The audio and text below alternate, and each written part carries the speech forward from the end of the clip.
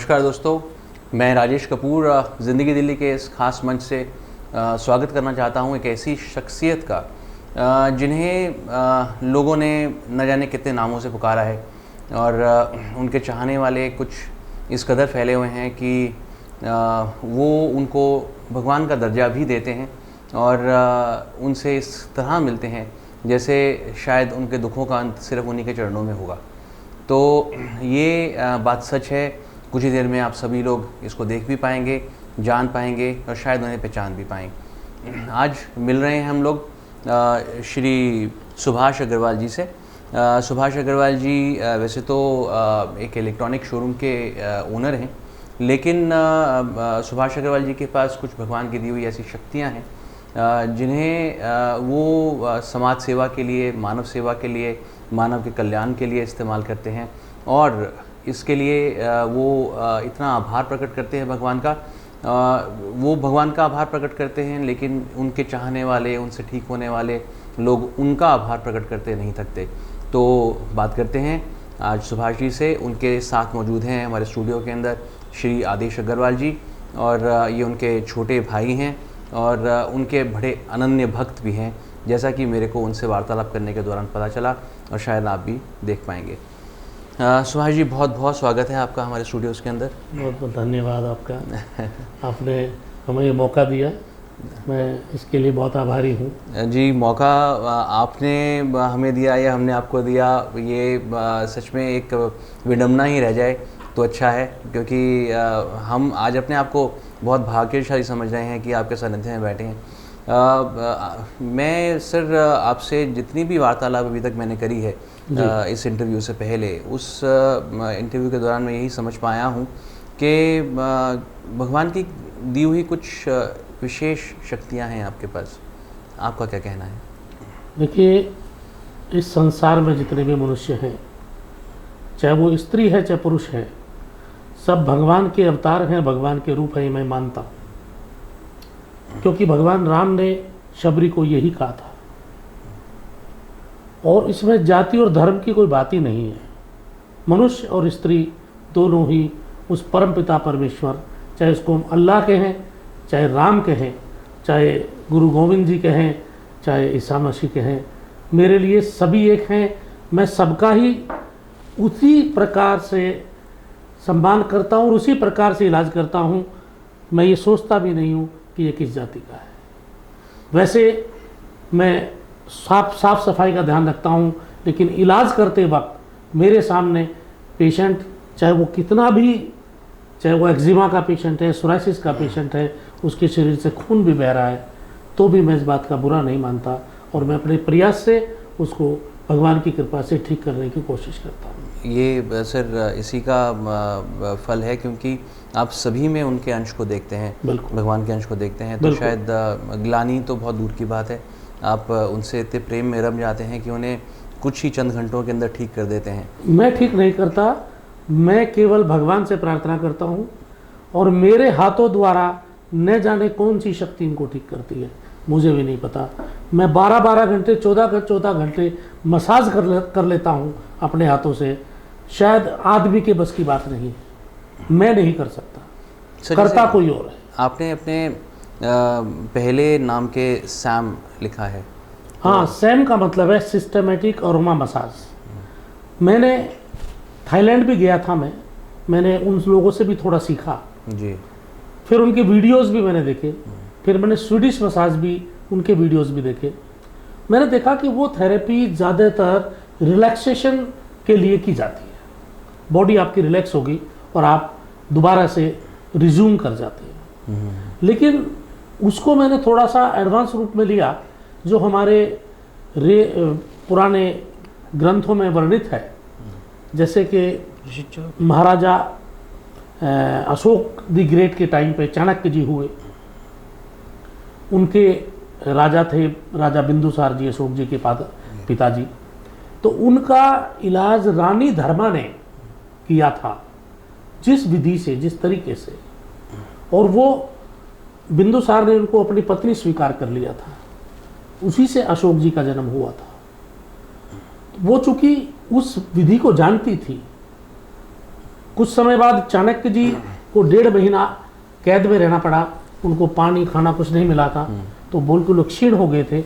उस समय भी रानी धर्मा ने चाणक्य जी का इलाज किया और वो स्वस्थ हो गए। वो जो तरीका, जो विधि थी, उसने बोला कि ये इतने ऐसे ऐसे तेल मेरे लिए लेके आओ तो मैं इनका इलाज कर लूँगी। तो वो जो तरीका था, नेचुरल ऑयल्स, उनको मैं यूज़ करता हूँ इलाज के लिए। देखिए, हमारा ये शरीर ऑटोमेटिक मशीन है। इसमें कश्मीर हो चाहे कन्याकुमारी, लोवेस्ट टेम्परेचर और हाईएस्ट टेम्परेचर कहीं पे भी आदमी रहेगा, उसकी बॉडी का टेम्परेचर सेम है, 98.4 डिग्री फ़ारेनहाइट। बाहर के टेम्परेचर से बॉडी के टेम्परेचर को कोई फर्क नहीं पड़ता, कोई पता ही नहीं चलता, लेकिन अंदर का टेम्परेचर सेम है। तो ये चलता फिरता एयर कंडीशनर है हमारी बॉडी, और ये हर चीज को रिस्पॉन्स करता है। बाहर का टेम्परेचर कम हो गया, ज़्यादा हो गया, कोई बात नहीं, लेकिन वो ऑटोमेटिक एडजस्टमेंट करता है। हम अगर इस बॉडी को ऑटोमेटिक एडजस्टमेंट वाली मानते हैं, तो हम इसको क्यों केमिकल्स खिला रहे हैं? एक जरा सा बुखार क्या हुआ और हमने उस बुखार के लिए पैरासीटामोल और दुनिया भर की दवाइयाँ देनी चालू कर दी, एंटीबायोटिक्स देने चालू कर दिए। जिस प्रकार से दूध के अंदर आप कोई खट्टा डाल दें और दूध फट जाता है, उसी प्रकार हमारे शरीर का ये खून उस केमिकल के रिएक्शन से आके खराब हो जाता है। सारा खून खराब नहीं होता, जितना उस केमिकल ने नुकसान किया हो जाता है। अब चूंकि ये खून और बनता रहता है तो और बन जाता है, लेकिन वो जो एक पैच बन गया, एक वो जो पनीर बन गया शरीर में, वो पड़ा रहता है।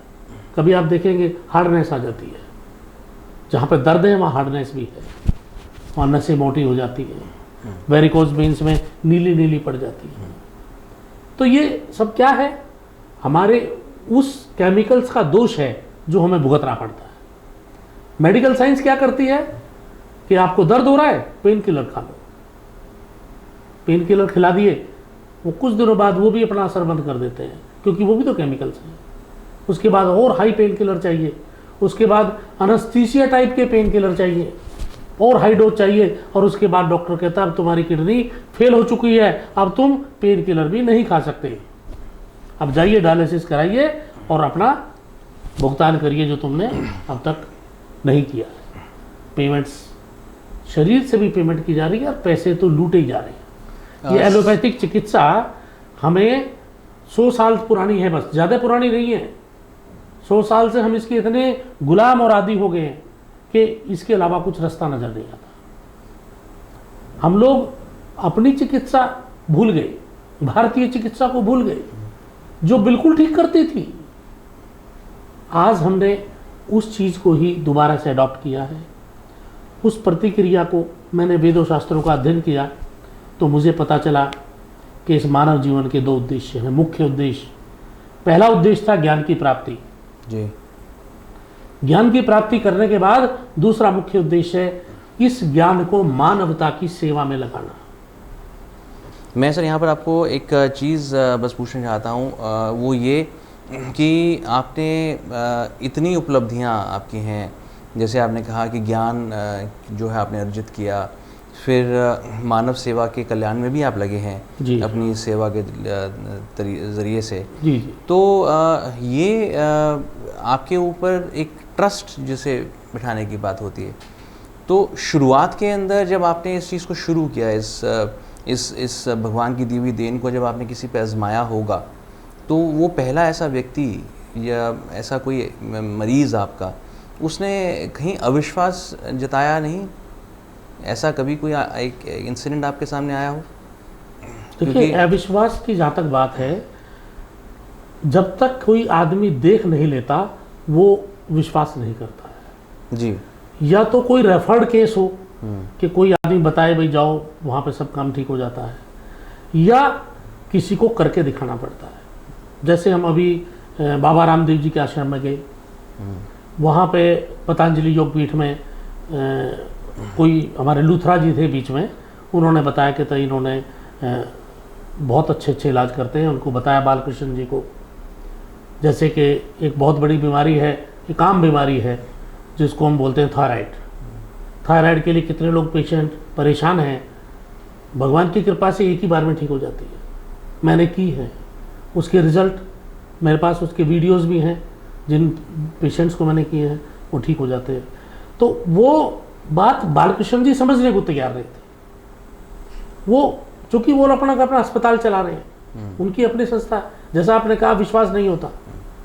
तो एक पेशेंट वहाँ बीच में आया, उसने कहा जी मैं मध्य प्रदेश से आया हूँ, मेरी फैमिली के 10 मेंबर थे, 5 तो मर चुके हैं और हम 5 बाकी यहाँ पे आए हुए हैं आपके पास इलाज कराने के लिए। उनकी रीढ़ की हड्डी में बड़ी ज़बरदस्त प्रॉब्लम थी। तो मैं वहीं खड़ा था, मैंने महाराज मैं ठीक कर सकता हूँ। तो बालकृष्ण जी उनको बोले अपने आदमियों को, कहता इनको ले जाओ और इनको वीवीआईपी ट्रीटमेंट दो और इनको अपने कॉन्फ्रेंस रूम में ले जाके इनसे इलाज कराओ, टेस्ट करते हैं, अगर ये ठीक हो जाए तो अच्छी बात है। उन्होंने, गगन जी उनके पीए हैं, उन्होंने मेरे को वहाँ पे बालकृष्ण जी के जो कॉन्फ्रेंस रूम में मेरे को रखा और मैंने 12:30 बजे से 8:30 बजे तक लगभग 8 घंटे का समय मैंने वहाँ लगाया। उसमें मैंने 25 पेशेंट ठीक किए, जिसमें 20 पेशेंट तो उनके स्टाफ के मेंबर थे और 5 पेशेंट वहाँ पे जो हॉस्पिटल में लोग आए हुए थे उनको भी मौका मिल गया ठीक होने का। उनमें से जो एक पेशेंट वो कमर की दर्द से परेशान था, मैंने देखा कि उसकी रीढ़ की हड्डी के लोअर पोर्शंस में बहुत ज़्यादा डिपॉजिट्स थे उसके। देखिए आपकी ये हड्डियां हैं, एक ये पॉइंट है, एक ये पॉइंट है, एक ये पॉइंट है, एक ये पॉइंट है, ये उंगली चल रही है अलग अलग, है ना, और ये कोई दर्द भी नहीं कर रही है। अगर इसके और इसके बीच का जो ये गैप है ख़त्म हो जाए, यहाँ पे कुछ माल भर जाए, तो ये दोनों चलेंगी, एक नहीं चलेगी और दर्द भी करेगी। ऐसे ही रीढ़ की हड्डी में है। रीढ़ की हड्डी के वर्टिब्राज में अगर बीच में कोई कचरा घुस गया, फ्लैश घुस गई, या जिसको कहते हैं डॉक्टर रीढ़ की हड्डी बढ़ गई है, तो वो जो हड्डी बढ़ी हुई बात वो लोग बताते हैं, तो वो ही हमने ठीक कर दिया और वो फ्लैश खत्म हो गई। उसके बाद वो हड्डी नॉर्मल हो गई। अब उसके बाद वो उठ के देख रहा था, घूम रहा था, बैठ के देख रहा था, बैठक लगा के देख रहा था, अरे मैं ठीक हो गया, अरे मैं ठीक हो गया। ये साधारण बात है मेरे हिसाब से। शरीर के हर अंग में जहाँ पे भी हड्डियों का मामला है, वहाँ पे कोई गैप और स्टैंडर्ड गैप होता है जो साधारण शरीर में होता है। जब वो गैप भर जाता है, उसके ऊपर कोई डिपॉजिट आता है, घुटने की कहते हैं इसका रिप्लेस कर दो, नी रिप्लेसमेंट, कुछ नहीं है। ये हमारी हड्डियों के ऊपर कुछ फ्लैश जम गई है, हम उसको दबाते हैं, दर्द होता है। अरे भाई इस फ्लैश को हटा दो ना। सैम थेरेपी यही करती है, सिस्टेमेटिक अरोमा मसाज थेरेपी यही करती है कि इस फ्लैश को हटा देती है। हम लोग नेचुरल ऑयल्स यूज करते हैं। नेचुरल ऑयल्स में ये पावर है कि वो हमारी स्किन के थ्रू पेनिट्रेशन करते हैं, अंदर जाते हैं और जो भी उसको ज़रूरत होती है वो ठीक कर देते हैं। आदेश जी, आपने तो मैंने इतना समय, आपके बड़े भाई साहब हैं तो आपने तो इतना समय इनके साथ बताया, और जिस तरीके से मेरी आपकी बात चल रही थी उस तरीके से तो मुझे ऐसा लग रहा था कि इनसे ज़्यादा आप जानते हैं इनके बारे में। नहीं सर, ये फैक्ट है। ठीक है, तो ठीक है। ये आप मुझे कुछ बता रहे थे कि काफ़ी लोगों ने, आपके पास शायद कुछ वीडियोस भी हैं बिल्कुल जो आप हमारे को दिखाएंगे, बिल्कुल। तो वो एक बार हम लोग सुन लेते हैं। पर आप अपने एक्सपीरियंस से भी कुछ बता रहे थे ना कि देखिए सर, मेरा एक्सपीरियंस ये कहता है कि जो भाई साहब जिस तरीके की चिकित्सा कर रहे हैं, ये हमारी जो भारतीय संस्कृति, भारतीय जो चिकित्सा पद्धति है, ये आज की नहीं है, 2800 साल पुरानी ऋषि चरक के द्वारा स्टार्टिंग की गई है। लेकिन आज विदेशियों ने हमारे इंडिया में अपनी दवाइयों का प्रभुत्व जमा के और उस सब चीज़ों को भुला दिया है, क्योंकि उसको उनसे फ़ायदा होता है। हमारी जो भारतीय पद्धति है वो सबसे उत्तम पद्धति थी, वो बीमारी को जड़ से निकालती थी। लेकिन जो उनकी दवाइयाँ हैं वो बीमारी को जड़ से नहीं निकालती, वो खाली टेम्पररी हमको आराम दिलाते, रिलीफ दिलाती हैं। जो नेचुरोपैथी है, या जो भाई साहब जिस तरीके से अरोमा थेरेपी से इलाज करते हैं, वो इलाज ऐसा है कि उससे मरीज़ पूरी तरह क्योर हो जाता है। मैंने जो अपना एक्सपीरियंस देखा, लोगों ने मेरे को रिप्लाई किया, क्योंकि जो मैंने बहुत सारे मरीज़ भेजे भाई साहब के पास इलाज के लिए, तो वो लोग बड़े खुश, दे आर वेरी हैप्पी, क्योंकि उन्होंने जो इलाज के बाद अपना जो एक्सपीरियंस था वो हमको बताया कि मैं सुभाष जी के पास गया था, आदेश जी, और उस इलाज के बाद मेरे को कोई तकलीफ नहीं है, मैं बड़ा खुश हूँ। आपका बहुत धन्यवाद। तो ऐसा उन लोगों का रिप्लाई मेरे तो को आता है। आदेश जी ऐसे ही कुछ लोगों से हम लोग बात भी कर लेते हैं फ़ोन बिल्कुल बिल्कुल कीजिए। तो उनसे पूछते हैं कि उनको कैसा लगा। बिल्कुल सतीश चौहान जी का मिला सकते हैं आप।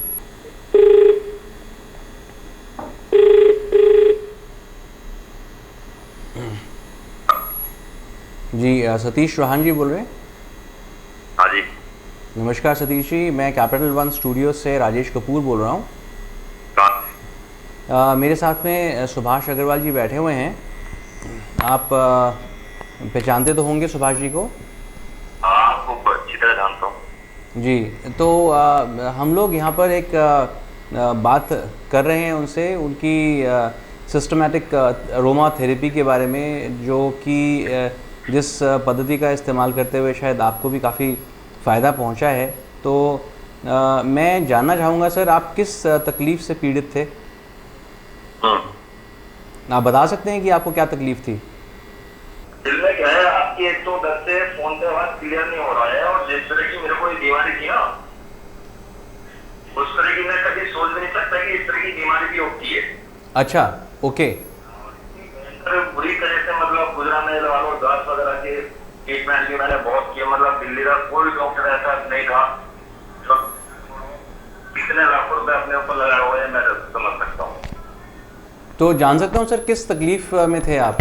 सर ये तो अगर भाई फेस बैठेंगे मिलेंगे तो ज्यादा बेस्ट रहेगा, ये फोन पे इतना बताना पड़ा। चलिए, तो सुभाष जी का जब आपने इलाज करवाया तो कितने समय के अंदर आपको रिलीफ मिल गया? ये तो मेरे को कुछ भी नहीं, 10-15 दिन नहीं लगे होंगे, बहुत जल्दी रिलीफ था। ठीक है जान। कितने साल पुराना रोग था? कितने साल से आप पीड़ित थे सर इस बीमारी से? 10 से 20 साल हो गए आपको। अच्छा, चलिए ठीक है चौहान साहब, बहुत बहुत धन्यवाद आपका। आपका बहुत बहुत शुक्रिया। ये चौहान साहब का केस जो था वो, इसको दिमाग की प्रॉब्लम थी। इसके सर में बहुत ज़बरदस्त एक नस थी जो कि सारी दर्द करता रहता था, हमेशा दर्द करता, बेहोश होना और बार बार बेहोश होना, काम नहीं कर पाना, क्योंकि और मेंटल हॉस्पिटल का इसका इलाज चल रहा था। तो पिछले 20 साल से लगभग 50 लाख रुपए अपने खर्च भी कर चुका था। इस लाख तो नहीं था, लेकिन इसने किए हैं। और 50 लाख के अलावा 20 साल का जवानी का समय इसने बर्बाद किया है, जो शायद रिकवरेबल नहीं है। जी लेकिन मैं बिल्कुल समझ सकता हूँ सर। लेकिन मैंने इसको बोला, मैंने कहा बेटे गंजा होके आ जा। सर को शेविंग करा के आया। उसके बाद मैंने इसकी गलती को पकड़ लिया कि इसके सर में इतने बड़े हिस्से में यहाँ पे बहुत ज़बरदस्त प्रॉब्लम थी। मैंने उस प्रॉब्लम को सैम थेरेपी से ठीक किया, तो 20 मिनट बाद वो बिल्कुल नॉर्मल हो गया। और उसके बाद वो जितनी बार भी मेरे पास आया है, कभी अपनी वाइफ को लेकर आया, कभी अपने बेटे को लेकर आया, वो तो ठीक हो चुका है। सर आपसे जानेंगे कि आपने ये पकड़ा कैसे, लेकिन उससे पहले एक फ़ोन और ले लेते हैं। यशपाल जी को यशपाल जी को दे दो। यशपाल जी को लगा लीजिए। यशपाल जी बोल रहे हैं। बोल रहा हूँ जी। नमस्कार यशपाल जी, मैं राजेश कपूर बोल रहा हूँ कैपिटल वन स्टूडियो से। कहाँ पे? Capital one Studios. बोलिए। मेरे साथ सुभाष अग्रवाल जी बैठे हुए हैं, और इस समय आप एक टीवी चैनल पे हैं और आपको हमारे दर्शक भी सुन पा रहे हैं। जी सर जी। मैंने सर आपसे ये जानने के लिए फ़ोन किया है कि आप सुभाष अग्रवाल जी के एक पेशेंट रह चुके हैं, और उनके द्वारा आपने काफ़ी अपने आप को, अपने तबीयत में सुधार पाया है। तो जान सकते हैं सर किस तकलीफ़ से आप पीड़ित थे? सर ऐसा है कि एक्चुअली में मेरा बेटा था जी पीड़ित। जी। उनको सिर में प्रॉब्लम थी, सिर में दर्द हुआ, और जो है वो बुखार के साथ मेरा शनिवार को सोया था, उसकी दवा को सवेरे उठा ली, और जब हमने शाम को उठाया तो सिर में दर्द हो रही है, सिर में दर्द हो रही है जी। अच्छा जी। तो हम लोग जो आपको अपना फैमिली डॉक्टर के पास ले गए, तो उन्होंने बोला इसको तुरंत मैक्स हॉस्पिटल में ले जाओ, किसी का ठीक नहीं है। वहाँ लेकर उन्होंने एडमिट करा, और हमारे उसके दुनिया भर के टेस्ट करवा दिए, लंबर पंचर 2 बार कर दिया, और 17 दिन वहाँ रहा, और 2,83,000 का बिल बना दिया। उसके बाद भी आराम नहीं मिला जी बच्चे को। जी। दिल में बहुत परेशानी की, बच्चा सिर दर्द से परेशान है, और इधर सब कुछ उसके टेस्ट भी कर दिए, लंबर टेस्टिंग के अंदर बंदा जरा सीधा बैठ नहीं सकता, और उधर बेहोश रहता है 3 दिन 2 दिन के। जी। उसके बाद कि मैं ये डॉक्टर के पास लेकर के आया, तो इन्होंने सिर्फ 1 घंटा जो है बच्चे का मसाज, गर्दन के मसाज, सर में मसाज और मतलब जो इनको लगा कि जो ट्रीटमेंट होना चाहिए वो उन्होंने करा दी। तो सुभाषी ने जब आपका उनका इलाज किया तो कितनी जल्दी असर पड़ गया? सर मैं बता रहा हूँ कि पौना घंटा 1 घंटा इन्होंने अपना जो ट्रीटमेंट करा इस उम्र के अंदर, ये मतलब ये समझो कि 65-66 साल उम्र है बच्चे को, बैठ के जवान आदमी इतनी मेहनत नहीं करते, इतनी मेहनत से इन्होंने उस बच्चे का मसाज करा, मालिश करी और सिर के वो करा। उसके बाद जो है ना बच्चे को बोला कि जाओ वॉश बेसिन में जाओ, स्टीम दे करके वो क्या उसकी काफी कफनी क्रीचर थे और उसको मतलब ये समझो कि उनका 80 पैसे कुछ ही समय आराम आ गया। और जो है उसके बाद बच्चा आज देख लो 1.5 साल हो गया जी, बच्चे को सिर में दर्द दोबारा नहीं हुई। उसके अलावा भी मेरे एक जान पहचान वाले थे, उनके कंधों में और पैरों में दर्द थी और वो जो है पैदल चलने में उनको ऐसा लगता था कि मुझे अभी हार्ट अटैक हो जाएगा। तो मैंने बोला कि बेटा आप वहां जाओ। वो वहां के बंदे ने कम से कम 7-8 लाख रुपया खर्च करा था। 13 साल हो गए उसको परेशान थे, कोई न्यूरोलॉजिस्ट नहीं छोड़ा, कोई ऑर्थोपेडिक नहीं छोड़ा, जो जिनकी 2-2 महीने की अपॉइंटमेंट थी मैक्स हॉस्पिटल में, एक हॉस्पिटल में कोई आराम है। वो बच्चा इनके पास गया, उसको इन्होंने अपने तरीके से जो मसाज चला था, जो उनके पास जो उनका ट्रीटमेंट था वो करा। तो वो शाम को मैं उसकी ऑडियो देखी, वीडियो देखी, तो उसके अंदर भाई साहब उसने मेरे पैर पकड़े और मेरा पैर पकड़ के बैठ के एकदम से कि भाई साहब मैंने आपकी बात पहले क्यों नहीं मानी। कहता मेरे को आप ऐसा लग रहा है जैसे मेरे को कोई दिक्कत परेशानी नहीं है। कहता मैं 20 कदम चलता था तो मुझे ऐसा लगता था कि मुझे अभी हार्ट अटैक हो जाएगा। और कहता मेरे को ऐसा लग रहा है कि जैसे मेरे को जिंदगी के अंदर जो है कुछ जीने का जो है मन में चाहत पैदा हो गई है। यशपाल जी, आपने ये सब चीज़ें शेयर करके हमारे पे एक बहुत बड़ी कृपा करी है, क्योंकि आपकी आवाज़ बहुत लोगों तक पहुंचेगी। और ये आज की तारीख में लोग कहते हैं कि भगवान ऊपर, मैं कहता हूं भगवान नहीं है। अगर इनके पाँव धोके भी दे जाए, इनके पैरों को चूमा जाए तो उतना कमाई, क्योंकि इनके अंदर मन में एक पैसे का लालच है कि किससे कोई पैसा लेना है। सिर्फ इनका ध्येय यही है कि लोगों का परोपकार किया जा सके और इनके मन में ये है कि मैं और लोगों को भी ये विशेष करूं जिससे और सब लोगों को इसका फायदा पहुंचे और उनको आराम मिले, जो जंगलों से बच सके। जी धन्यवाद यशपाल जी, आपका कीमती समय देने के लिए बहुत बहुत शुक्रिया। जी बहुत बहुत मेहरबानी जनाब। ये सर आपके कुछ फैंस में से एक हैं। आई एम श्योर ये वो व्यक्ति होंगे जो कि वाकई में दिल और दिमाग दोनों से बहुत पीड़ित रहे, तो आपने उनका इलाज किया। ऐसे कई वीडियोस भी हमारे पास हैं सर, आप यहाँ पर देख सकते हैं और हम अपने दर्शकों को भी दिखाएंगे। तो जो बताते हैं, जो इस बारे में बोल रहे हैं कि किस तरीके से आपने उनका इलाज किया और कैसे वो एकदम से ठीक होकर चले पड़े। बात करते हैं सर यहाँ पर, जो आपने कहा था कि आपने उस व्यक्ति को कहा बाल साफ़ करके आइए और आपने उस हिस्से को पकड़ लिया जिस हिस्से के अंदर तकलीफ़ थी। तो एरोमा थेरेपी तो चलिए समझ में आती है, लेकिन उस हिस्से को पकड़ लेना वो किस विद्या का असर कमाल है? देखिए, हम अपने हाथों से अरोमा मसाज करते हैं जी। हमने उसका नाम रखा है सिस्टमेटिक अरोमा मसाज। और कहाँ करनी है ये तो समझना पड़ेगा। जो भी नसें हमें शरीर में टाइट नज़र आ रही हैं, जो सॉफ्ट होनी चाहिए कायदे में, जब तक हम ह्यूमन एनाटॉमी को नहीं समझेंगे, जब तक वो बात समझ में नहीं आएगी। मैंने उसका अध्ययन किया, मैंने वीडियोस में जो फॉरेन के वीडियोस थे उनसे भी देखा, और जो ह्यूमन एनाटॉमी है उसको मैंने समझा, उसको देखा मैंने, ये तो एबनॉर्मल है। ये जो नस खड़ी हुई है, ये जो सर की नस खड़ी हुई है, नहीं होनी चाहिए। अब तो वो क्या इतना उस टाइट और दर्द था उसमें, वो चीख रहा था। तो उस नस को आप देख पा रहे थे? मैं उस नस को देख पा रहा था कि वो हिस्से में कुछ उभार है। और आदेश जी कुछ बता जैसे हम लोग बोलते हैं कि हमने सीटी स्कैन कराया, तो भाई साहब उसको हाथ से स्कैन करते हैं। It's a hand scan. MRI होता है ना, एमआरआई को कहते हैं मैग्नेटिक रेजोनेंस इमेजिंग। उससे आप हड्डियों का और अंदर चीज़ों का पता कर सकते हैं। मैं करता हूँ HRI, हैंड रेजोनेंस इमेजिंग। मैं अपना हाथ अरोमा ऑयल्स के साथ साथ चलाता हूँ और मुझे ये पता चल जाता है इस जगह पे दर्द है। ये एक जैसे सुभाषी ने बताया अभी, ये भी उनका एक यंत्र है। अगर आप देख पा रहे हैं ध्यान से तो ज़रा गौर से देखिएगा। ये एक टेढ़ा बेलन की तरह दिखने वाला, जिसे सुभाषी यंत्र बता रहे हैं। ये जैसे बताया अभी सुभाषी ने कि नारद कुंड से बेल फल ये महाराज जी ने दिया मुझे जब मैंने उनका इलाज किया था। उनकी मैंने हार्ट प्रॉब्लम का इलाज किया। अच्छा। वो कहते हैं हम आपको एक चीज़ देते हैं। अच्छा, हाँ, तो उन्होंने मुझे दिया ये। तो ये बेल फल जैसे बताया अभी सुभाषी ने कि उनको भेंट स्वरूप दिया गया महाराज जी की तरफ से जब उन्होंने उनके हृदय रोग का इलाज किया। जी बिल्कुल। तो ये आप देख पा रहे हैं, ये एक फल है, एक अमरूद जैसा दिखने वाला फल जिसे बेल फल कहते हैं। तो एक ये है, और एक बहुत ही अजीब सा औज़ार, अगर मैं इसको छुपा लूँ यहाँ से तो औज़ार दिखता है, लेकिन असलियत में ये आप पहचान लेंगे जब मैं इसको पूरा दिखाऊंगा। ये एक पेचकस का हत्था है।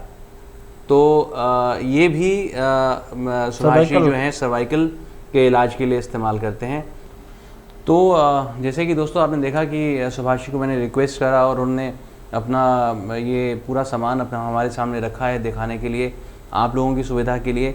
कितने अजीब दिखने वाले उनके औज़ार हैं और किस तरीके की दवाइयाँ हैं, लेकिन ये इतने बड़े बड़े काम करती हैं। जैसा अभी हम आपसे एक पेशेंट की बात करवाएंगे जो कि किडनी के रोग से परेशान थे, डायलिसिस पे थे, लेकिन डायलिसिस पे आने वाले थे। डायलिसिस पे आने वाले थे। हाँ, अच्छा, तो इन्हीं दवाइयों ने उनको आज एक नया जीवन दिया है।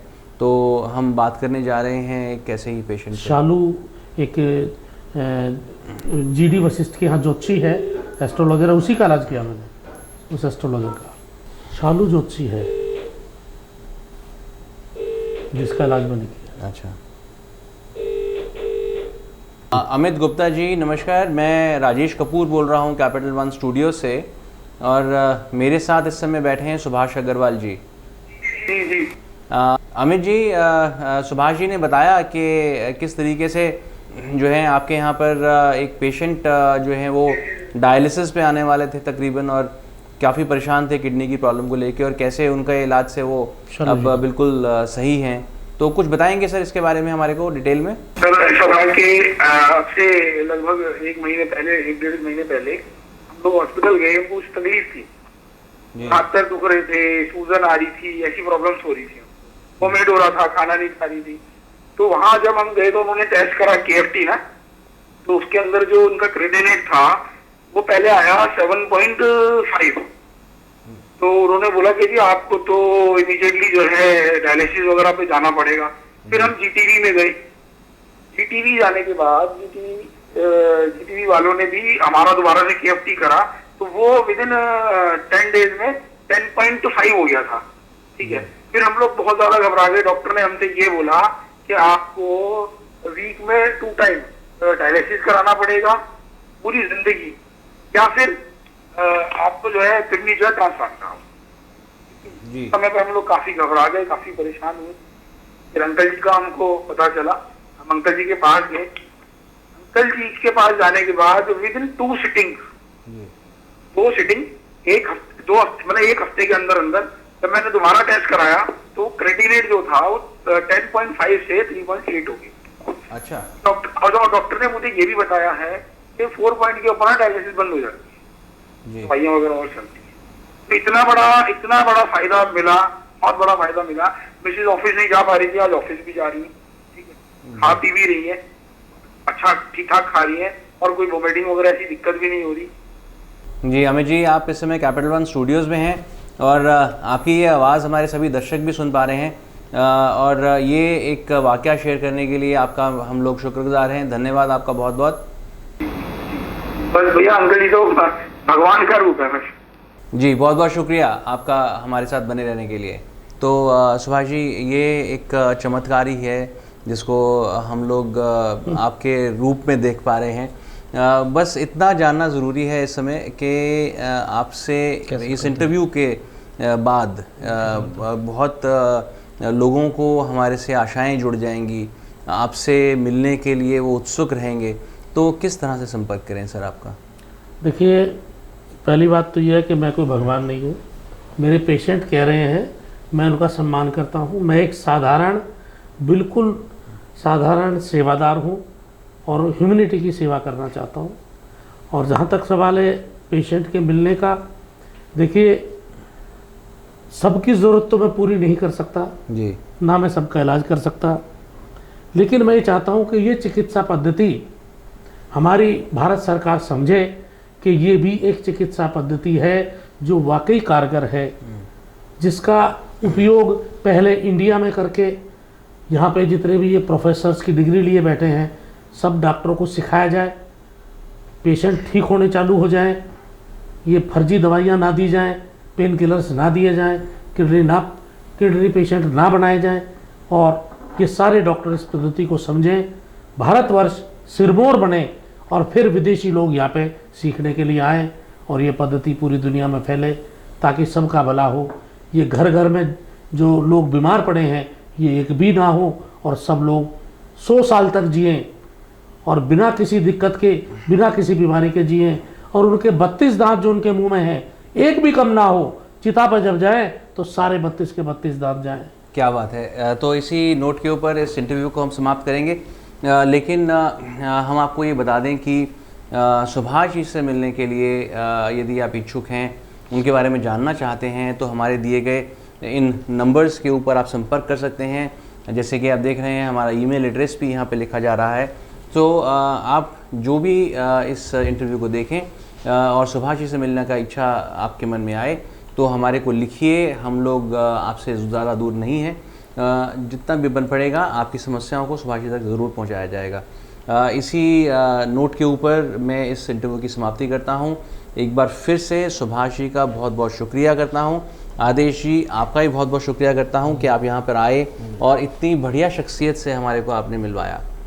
बहुत बहुत आभार। धन्यवाद सब आपका, बहुत बहुत धन्यवाद कपूर साहब, बहुत बहुत आपने धन्यवाद। हमें मौका दिया। सुनने वालों को बहुत बहुत हमने, धन्यवाद। आपके लिए हमारे पास धन्यवाद के अलावा और बहुत सारे शब्द हैं, उसमें एक आशीर्वाद भी है। बहुत बहुत धन्यवाद।